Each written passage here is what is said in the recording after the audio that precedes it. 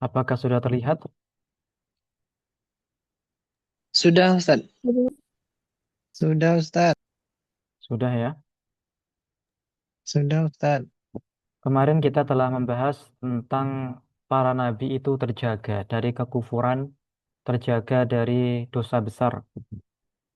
Namun ada beberapa ayat di Al-Quran yang disalahfahami oleh sebagian orang yang katanya, kata mereka, menurut ayat ini ya, kata mereka adalah Nabi Ibrahim itu pernah menyembah berhala ataupun maaf, kata mereka Nabi Ibrahim itu pernah menganggap matahari, bulan, bintang sebagai Tuhannya. Hmm. Kata mereka seperti itu. Padahal ayat tersebut tidak menunjukkan hal itu.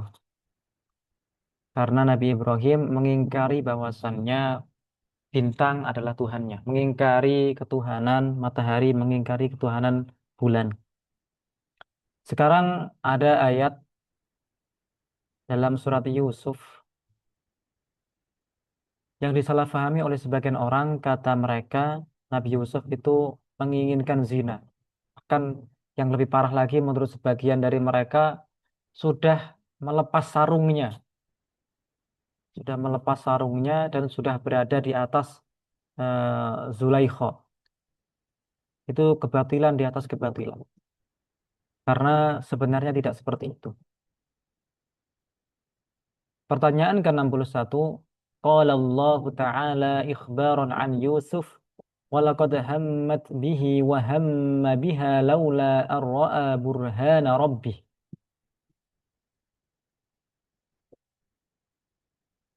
Ma ma'na wa hamma biha? Allah Ta'ala berfirman mengkabarkan tentang Nabi Yusuf. Walaqad hammat bihi wa hamma biha laula an ra'a burhana rabbih.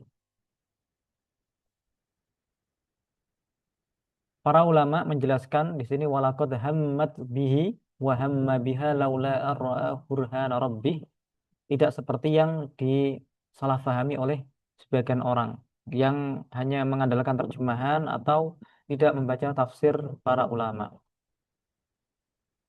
Sekarang kita baca tafsir para ulama. Ahsanu ma qila fi tafsiri wa hamma biha laula an ra'a burhana rabbih. Sebaik-baik yang dikatakan tentang tafsirnya wa hamma biha laula an ra'a burhana rabbih, anna jawab laula mahdzufun yadullu alaihi ma qablahu, bahwasannya jawab dari laula, kalau dalam bahasa Arab itu laula memiliki jawab. Jawab itu bukan berarti tanya jawab ya, beda. Jawab dengan di bahasa Arab dengan bahasa kita tuh beda. Mungkin kalau mendalami bahasa Arab kan ada istilah-istilah namanya istilah jawab. Itu beda dengan tanya jawab di bahasa kita. Jadi laula ini memiliki jawab, namun jawabnya mahdzuf, dibuang. Dibuang akan tetapi ada yang menunjukkan sebelumnya. Ai laula ar-ra'a burhana rabbih lahamma biha. Maksudnya adalah seandainya Nabi Yusuf tidak melihat burhan dari Tuhannya, tidak melihat petunjuk dari Tuhannya, niscaya Nabi Yusuf akan menginginkan berzina dengannya. Yang mana para ulama menjelaskan bahwasannya yang dimaksud dengan perempuan tersebut namanya adalah Zulaikha ataupun Zalikha.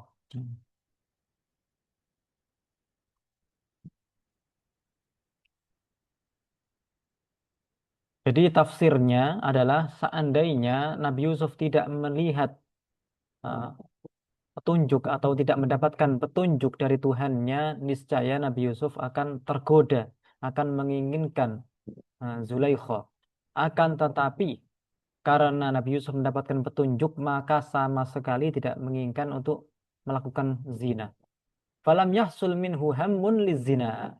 Karena Nabi Yusuf itu mendapatkan petunjuk dari Tuhannya, maka tidak ada keinginan sedikit pun untuk berzina. Li'annallaha arahu burhanah, karena Allah menampakkan petunjuknya, memberinya petunjuk. Wa qala ba'dul mufassirin min ahlil haqq. Sebagian ahli tafsir dari ahlul haq, yakni ahlul haq itu sama dengan ahlus sunnah wal jamaah, yaitu orang yang benar atau kelompok yang benar. Inna ma'na wa hamma biha ay hamma bidaf'iha. Ini tafsir yang lain. Yang dimaksud dengan hamma biha itu adalah hamma bidaf'iha. Yakni Zulaikha itu ingin berzina dengan Nabi Yusuf, sedangkan Nabi Yusuf ingin mendorongnya. Mendorong itu bukan untuk menjatuhkan lalu berzina, bukan. Mendorong itu untuk menolaknya, karena diajak berzina didorong untuk menolaknya. Wa ma'na laula ar-ra'a burhana rabbih anna Allah a'lamahu al-burhan annaka ya Yusuf law dafa'taha laqalat zawjiha dafa'ani liyujbirani 'ala al-fahishah.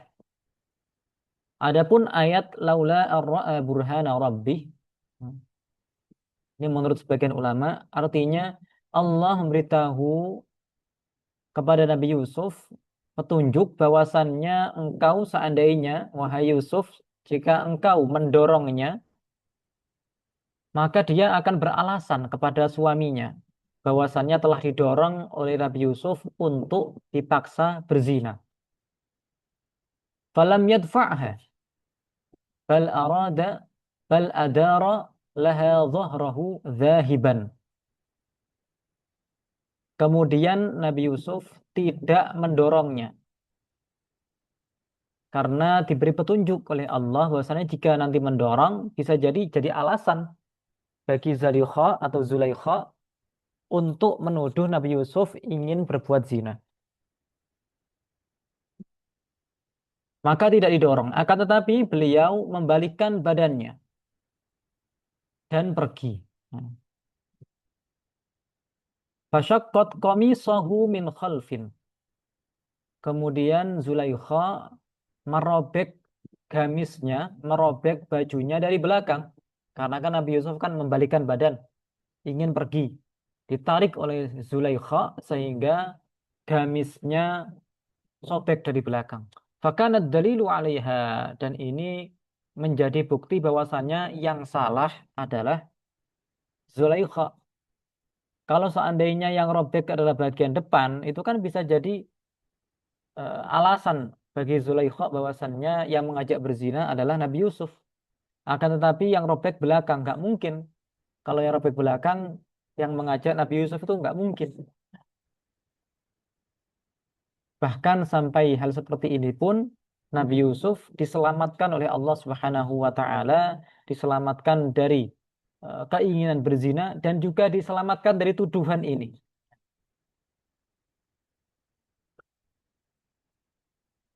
Sehingga tidak bisa dituduhkan kepadanya bahwasanya Nabi Yusuf ingin berzina. Amma ma yurwa min anna Yusuf hamma bizina wa annahu halla izarahu wa jalasa minha majlis ar-rajuli min zawjadihi fa inna hadha batilun la yaliqu binabiyyin min anbiya'illahi ta'ala. Adapun yang diriwayatkan dalam sebagian kitab-kitab bahwasannya Nabi Yusuf itu ingin berzina dengan Zulaikha dan bahkan telah melepas sarungnya dan telah duduk di atasnya sebagaimana posisinya seorang suami di atas istrinya. Maka ini adalah sesuatu yang batil, sesuatu yang salah, tidak layak bagi seorang nabi dari nabi-nabi Allah Subhanahu wa taala. Qala Allah taala fi bara'ati Yusuf.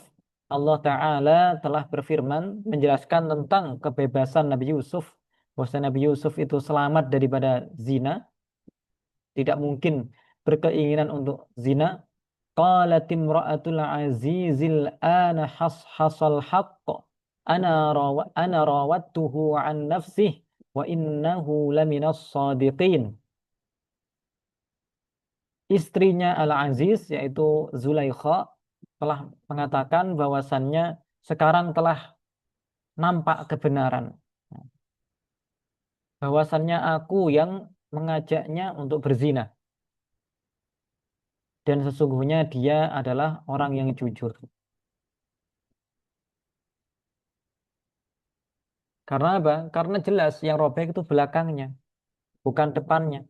Kalau yang robek depannya, misalnya ya, misalnya Nabi Yusuf mendorong Zulaikha, nah, kemudian Zulaikha memegang gamis Nabi Yusuf bagian depan. Apa yang akan terjadi?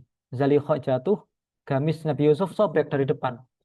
Walaupun Nabi Yusuf itu tidak ingin berzina, tapi kan di sini bisa menjadi bahan tuduhan karena yang robek depan. Akan tetapi Nabi Yusuf membalikkan badannya, tidak mendorongnya.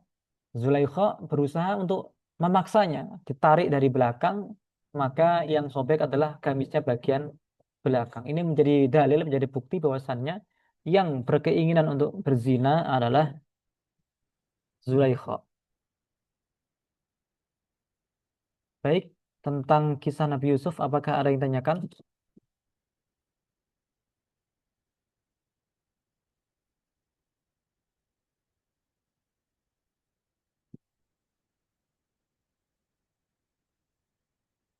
Kisah selengkapnya itu bisa dibaca di surat Yusuf, di tafsirnya itu sudah sangat jelas sekali. Tentunya kita ya harus dengan talaki ya membacanya.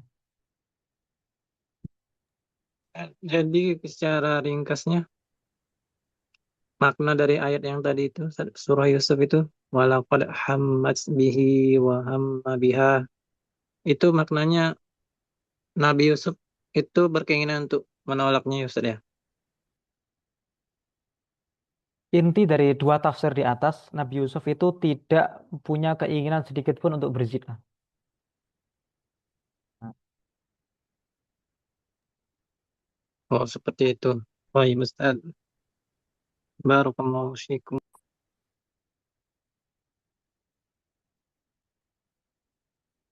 biasanya kalau orang diajak berzina, yang satu nggak mau apa yang dilakukan?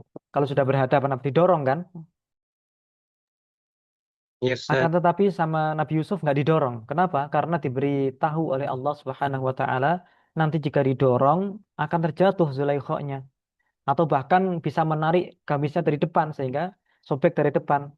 Karena diberitahu oleh Allah, maka Nabi Yusuf membalikkan badannya dan yang sobek adalah bagian belakang tanpa mendorongnya. Ada pertanyaan di kolom obrolan, Ustadz, dari Umi Hajaifah.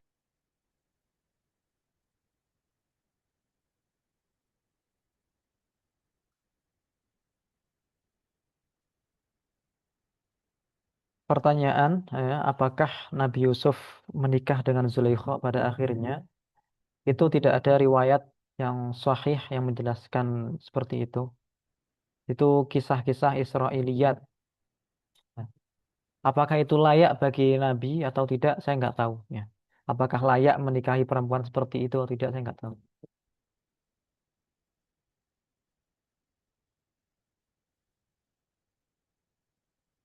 Tapi kalau seorang perempuan pezina, tidak mungkin itu dinikahi oleh seorang Nabi. Tidak layak seorang Nabi menikah dengan pezina. Semua istri Nabi itu tidak ada yang pezina. Selingkuh sampai zina itu nggak ada. Terjaga dari itu. Walaupun di antara istri sebagian Nabi itu ada yang kafirah, ada. Tetapi nggak ada yang pezina, nggak ada. Nggak pernah ada yang berzina. Kalau Zulaikha ini kan ingin berzina dengan Nabi Yusuf. Apakah itu menjadikan dia tidak layak menjadi istri Nabi Yusuf? Saya nggak tahu. Tapi tidak ada riwayat yang sahih yang menjelaskan Nabi Yusuf menikah dengan Zulaikha. Adanya di kisah-kisah Israiliyat. Nah, kisah-kisah Bani Israel.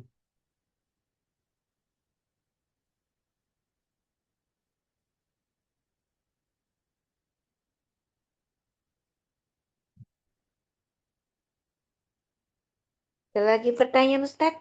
Dua pertanyaan bisa dibaca, Ustadz. Silakan. Shafat ayat 86. Saya buka dulu.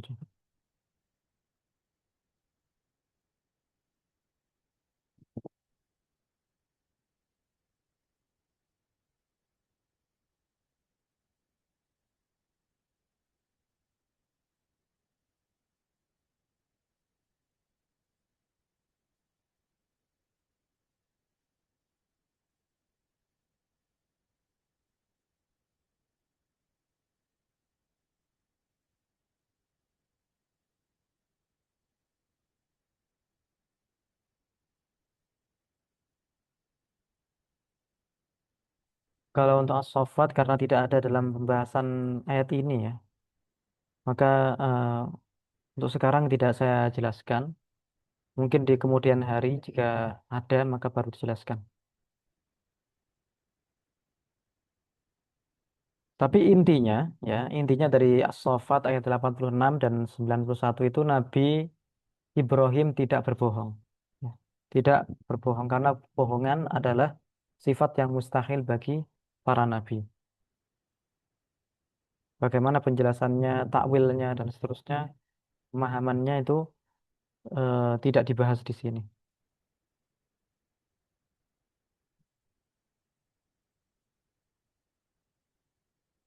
Apakah anjingnya Ashabul Kahfi masuk surga? Ya, itu para ulama berbeda pendapat eh, terkait hewan-hewan ya.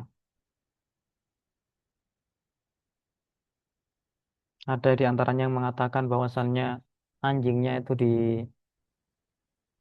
dijadikan kambing. Nah, jadi masuk surga tapi kambing. Jadi kambing.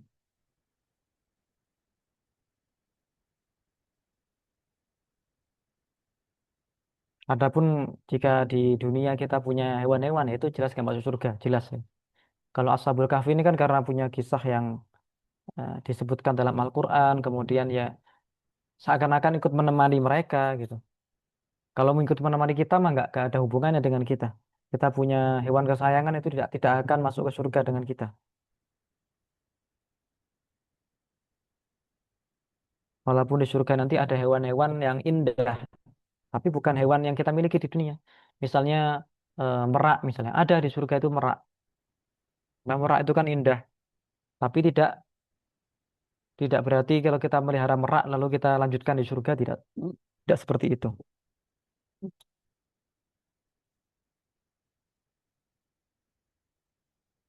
Jadi hewan yang di surga itu bukan hewan yang di dunia.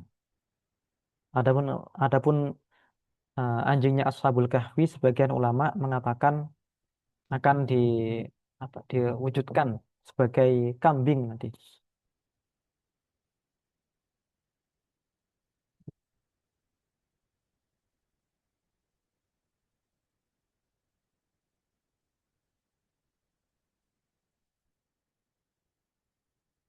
Baik,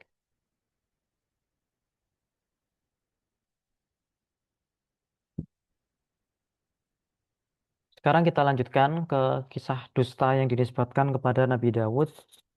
Qala ta'ala hikayatan an ahadil khasmaini alladzaini ikhtasama ila Dawud. Inna hadha akhi lahu tis'u wa tis'una na'jah. Waliya na'jatu wahidah faqala akfilniha wa'azzani fil khitab. Mal murad bin ni'aji fi hadhil ayah. Allah Ta'ala berfirman tentang kisah Nabi Dawud. Ada dua kelompok yang berseteru kepada Nabi Dawud. Di dalam ayat tersebut ada kata na'jah.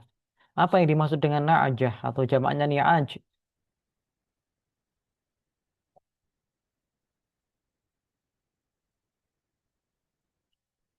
Jawabannya di sini dengan penjelasan ya. Qataknil arabu bin ni'aji anin nisa lakin ya la yajuzu tafsirun ni'aji fi hadhil ayati bin nisa kama fa'ala ba'dul mufassirin.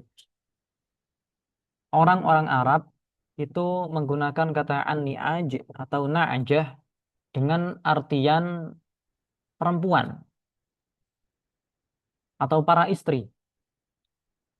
Itu salah satu arti dari na'jah ataupun ni'aj. Bukan satu-satunya arti, itu salah satu artinya. La yajuzu tafsirun ni'aji fi hadhil ayati bin nisa. Tidak boleh an-ni'aj atau na'jah di sini ditafsiri dengan perempuan-perempuan atau istri-istri. Sebagaimana yang dilakukan oleh sebagian ahli tafsir, sebagian orang yang mufassir. Walaupun ahli tafsir, kalau tafsirnya salah ya salah. Ya. Bukan berarti kalau ahli tafsir, tafsirnya pasti benar. Tidak. Oleh karena itu di antara para ulama biasa ada yang membantah tafsir ini dengan tafsir yang lain. Wajar. Manusia itu salah. Tempatnya salah dan lupa.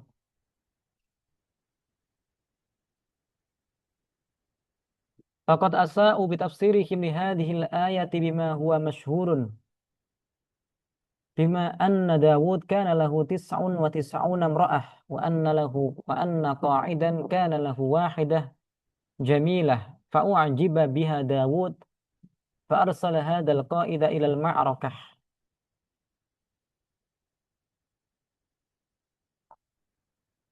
Sebagian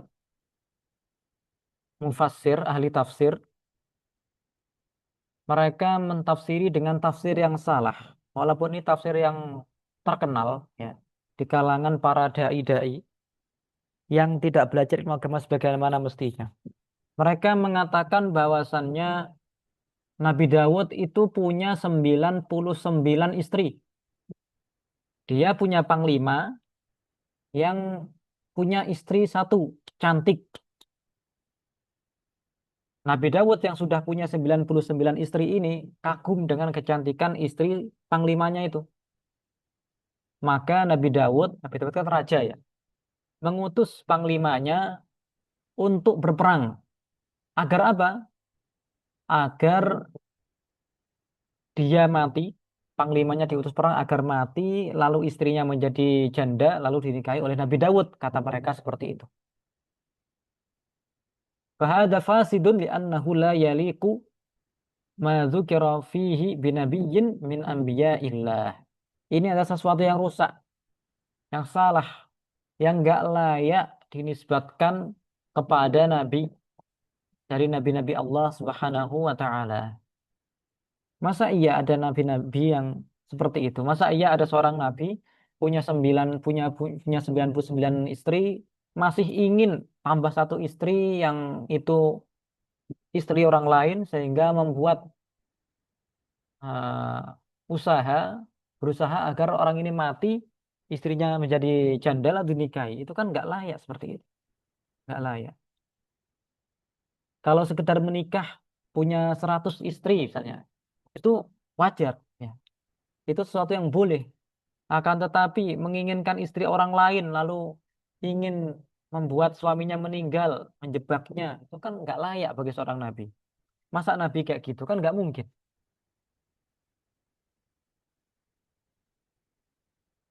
Dijelaskan oleh Imam Ibnul Jauzi. Qala al-Imam Ibnul Jauzi.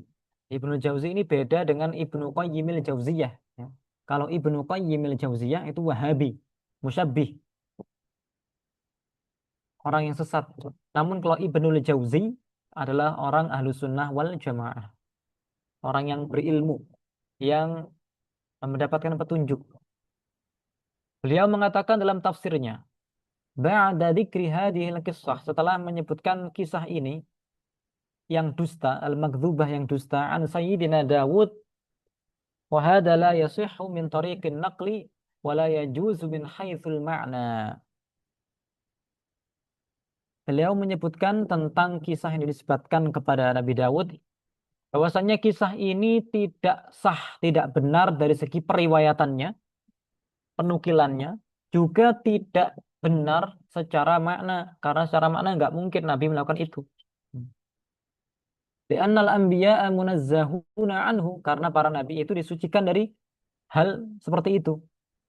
Wa amma istighfaru Dawud rabbahu fahada li'annahu hakama bainal itsnaini bisama'ihi min ahadihima qabla an yasma'a minal akhar. Adapun yang disebutkan dalam Al-Quran bahwasannya Nabi Dawud itu istighfar, memohon ampunan kepada Allah, itu karena Nabi Dawud menghukumi di antara dua orang yang berseteru itu hanya dengan mendengarkan dari salah satunya, bukan dari kedua belah pihak. Maka Nabi Daud merasa salah lalu beristighfar, memohon maaf, memohon ampunan dari Allah.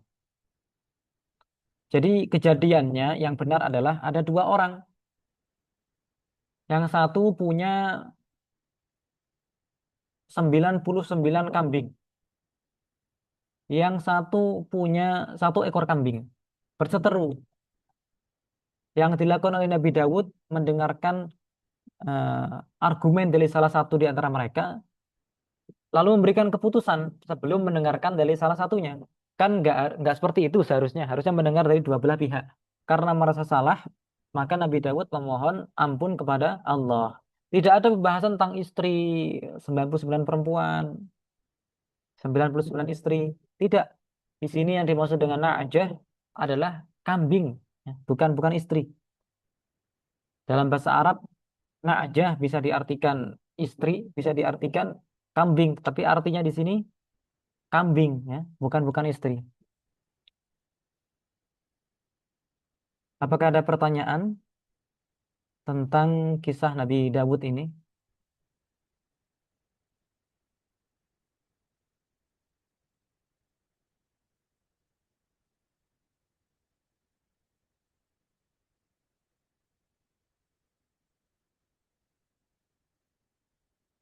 Silahkan kalau ingin bertanya yang sesuai dengan konteksnya.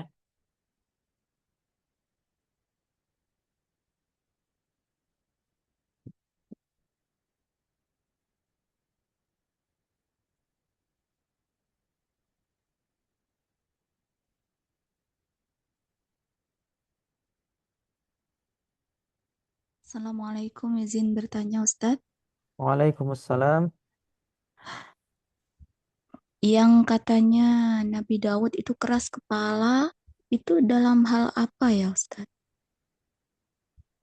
Yang cerita yang beredar itu loh Ustadz.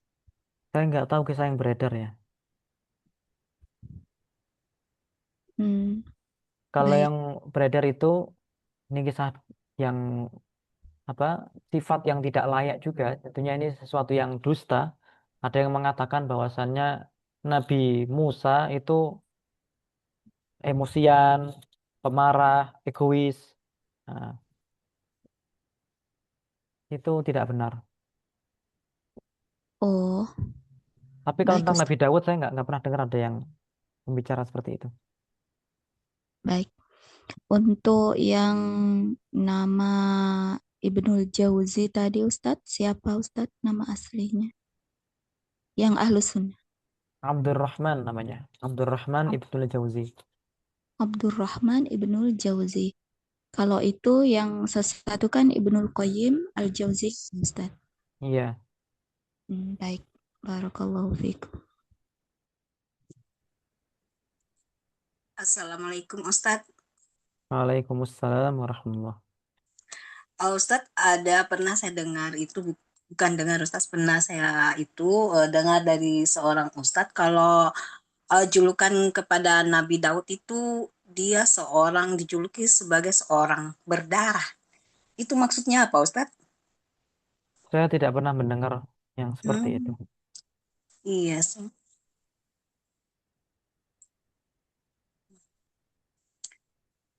Sekira ada penjelasan dari Ustadz yang Iya, bisa karena kami. saya nggak pernah mendengar seperti itu, jadi nggak Hmm. tahu. Oh iya Ustadz, ya. Kasih Ustadz.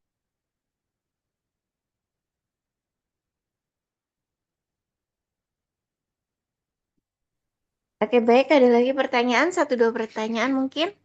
Belum kajian kita tutup. Tadi Abdurrahman apa Ustadz namanya? Namanya Abdurrahman, terkenal dengan julukan Ibnul Jauzi. Oh gitu aja ya Ustadz ya. Iya, Abdurrahman aja ya Ustadz ya. namanya Abdurrahman. Yang Ahlus Sunnah ya. Iya Ustadz. Al-Jauzi Juluknya. itu bukan Al-Jauzi itu bukan nama ayahnya ya, tapi beliau terkenalnya dengan julukan Ibnul Jauzi. Hmm. Oh seperti itu. Iya Ustadz. Baik Ustadz. Kalau yang salah tadi Ustadz siapa namanya? Ibnu Ibnu. Qayyim yang terkenal juga dengan nama Ibnu Qayyimil Jauziyah, Hmm, murid dari Ibnu Taimiyah. Ibnu Qayyim Al-Jauziyah ya Ustadz ya. Iya, Oh iya. Baik Ustadz. Barakallahu fiikum. Amin wa fiik.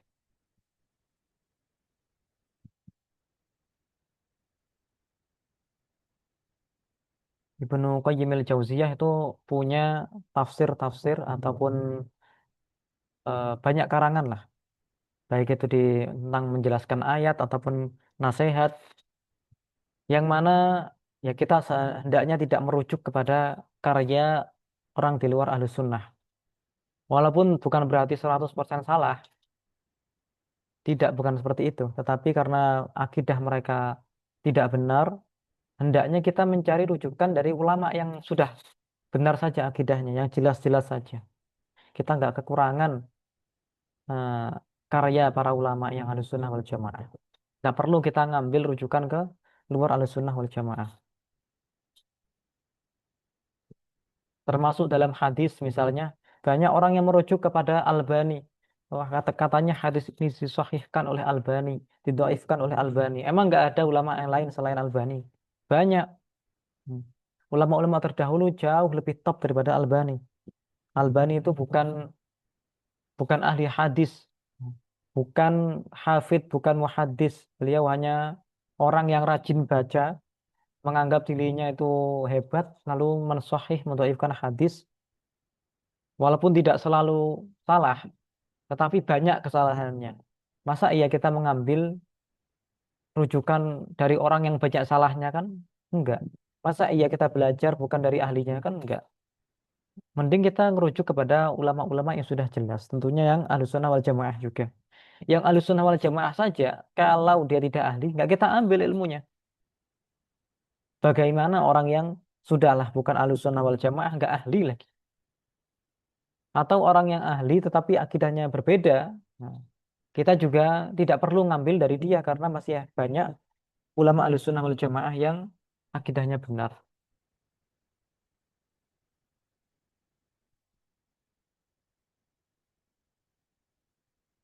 Jadi kalau ada dai yang misalnya menukil perkataan dari Ibnu Al-Qayyim, Ibnu Al-Qayyim atau Ibnu Qayyimil Jauziyah gitu ya, maka dia adalah orang yang tertipu, tertipu.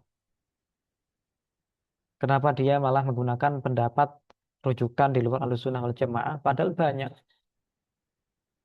dari ulama kita. Atau mungkin gara-gara baca internet, karena di internet itu kan yang menguasai media kan orang-orang Wahabi ataupun orang di luar Ahlus Sunnah wal Jamaah. Yang isinya kalau orang ya ada kalanya orang yang musuhi Islam atau orang yang mengatasnamakan dirinya Islam tetapi juga memusuhi Islam, memusuhi Islam yang benar. Maka kita nggak bisa merujuk semuanya ke internet. Padahal kalau kita merujuk ke kitab para ulama saja yang jelas ya, kitab-kitab yang tidak dipalsukan, kita mudah mempelajari ilmu agama. Akan tetapi kebanyakan orang lebih memilih belajar yang mudah lewat internet misalnya, sehingga sesat ya dari situ.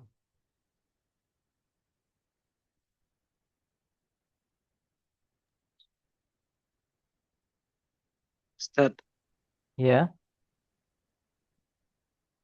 kalau belajar ilmu agama yang fardu ain tuh apa ada uzurnya Ustaz?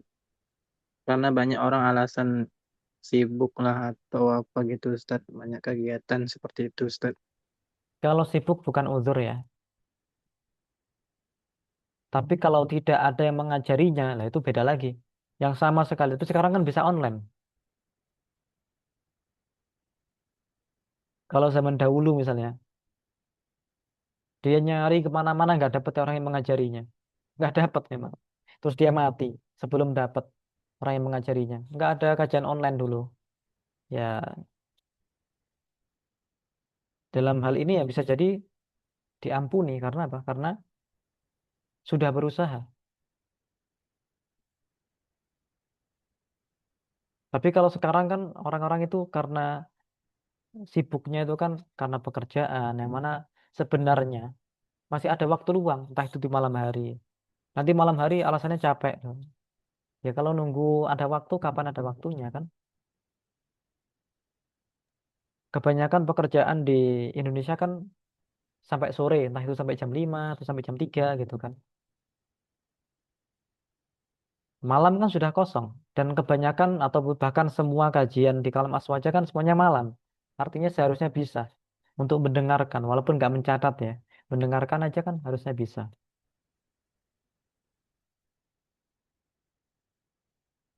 Jadi bukan alasan, bukan menjadi uzur, bahwasannya orang belum belajar ilmu agama, lalu dikatakan sebagai uzur itu nggak ada uzurnya. Waalaikumsalam.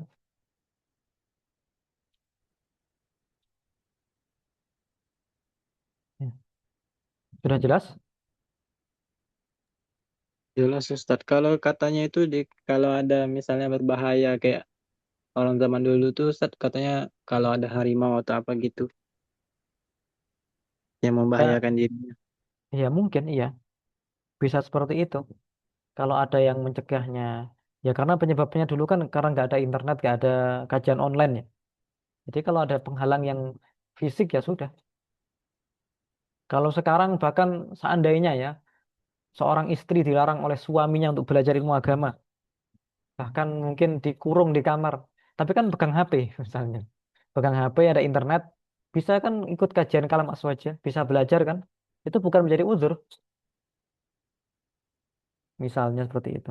Tapi kan nggak sampai segitunya juga.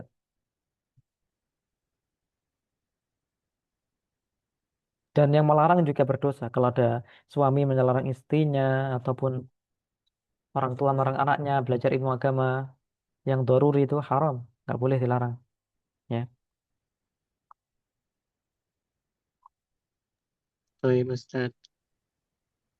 Bahkan ada yang bilang katanya dia ada keluarga kayak gitu alasannya Ustadz. Ah, mungkin apa jalan-jalan atau kumpul-kumpul dengan keluarga mungkin. ya, semuanya itu tidak bisa diterima ya, nggak dapat dibenarkan. Oh iya Itu Ustadz. alasan-alasan yang tidak bisa dibenarkan.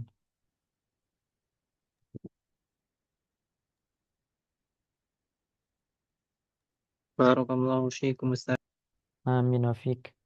Bahkan dalam pekerjaan pun hendaknya kita bisa memilih kerjaan yang tidak menghalangi dari kewajiban. Kita kan yakin bahwasanya yang mengatur rezeki adalah Allah. Karena kita yakin yang mengatur rezeki adalah Allah, maka kita tidak perlu merasa sayang dengan pekerjaan tertentu. Kalau misalnya sama bosnya di sini dilarang untuk ikut kajian, padahal kita perlu ikut kajian ya. Ya, pindah ke kerjaan yang lain, cari kerjaan yang lain. Sama bosnya di sini dilarang sholat misalnya. Ya cari kerjaan yang lain. Ngapain mempertahankan kerjaan yang seperti itu? Tawakal saja. Yang mengatur rezeki adalah Allah. Nah, ditawakalnya seperti itu ya. Dia cari kerja dan tawakal. Bukan nggak cari kerja. Nanti disalahpahami oleh sebagian orang malah nggak mau kerja. Ya, bukan seperti itu maksudnya. Maksudnya bekerja dimanapun dan meyakini bahwasannya yang memberikan rezeki adalah Allah. Oh iya Ustadz. Saya rasa sudah cukup ya untuk kajian pada malam hari ini. Iya, Ustadz. Silahkan moderator untuk menutup. Baik, terima kasih kepada Ustadz yang telah menyampaikan